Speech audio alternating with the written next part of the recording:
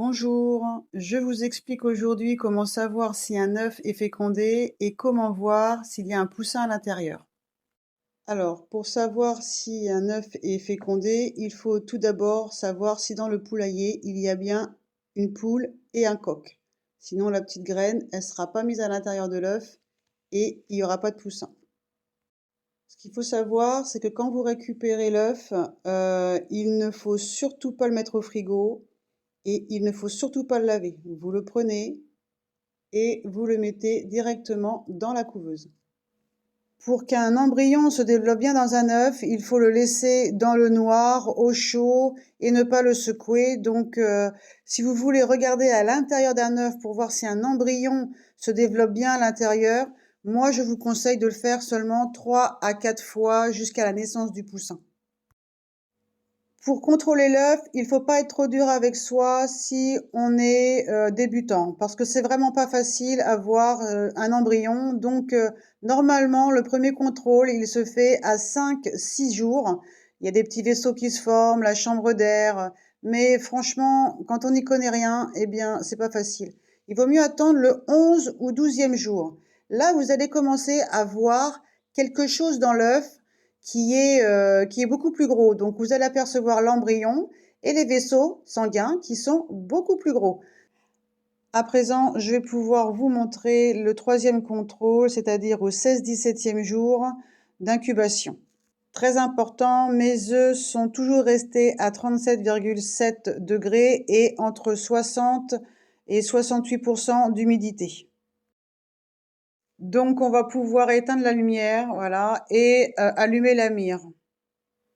Il y a une option qui est là pour voir à l'intérieur de l'œuf, mais moi, je sais que j'aime pas trop, donc je prends souvent mon téléphone portable. Donc, je l'éteins et on va prendre mon téléphone portable. Alors, on va voir si à l'intérieur de cet œuf, il y a quelque chose. Vous allez tout de suite le deviner. Voilà, il a 16-17 jours et il n'y a rien à l'intérieur, il est vide. Je vais en prendre un autre. Normalement, celui-ci, je sais qu'il est bon. Donc, il faut prendre son temps, il ne faut pas appuyer trop fort avec le téléphone et chercher la chambre d'air. Donc, je crois que je l'ai trouvé. Vous allez voir, ça se voit assez... voilà.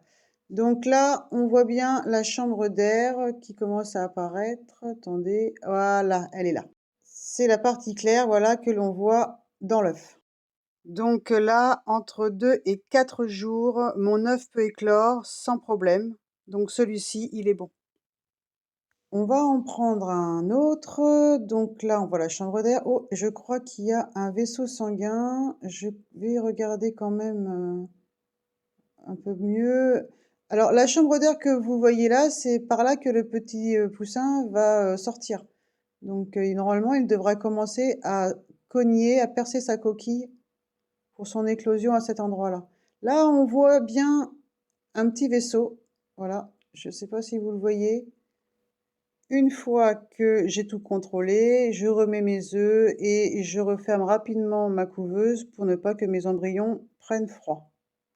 Dans 2 jours, c'est-à-dire au 19e jour, je viendrai augmenter l'humidité à l'intérieur de celle-ci pour aider à l'éclosion de mes petits poussins.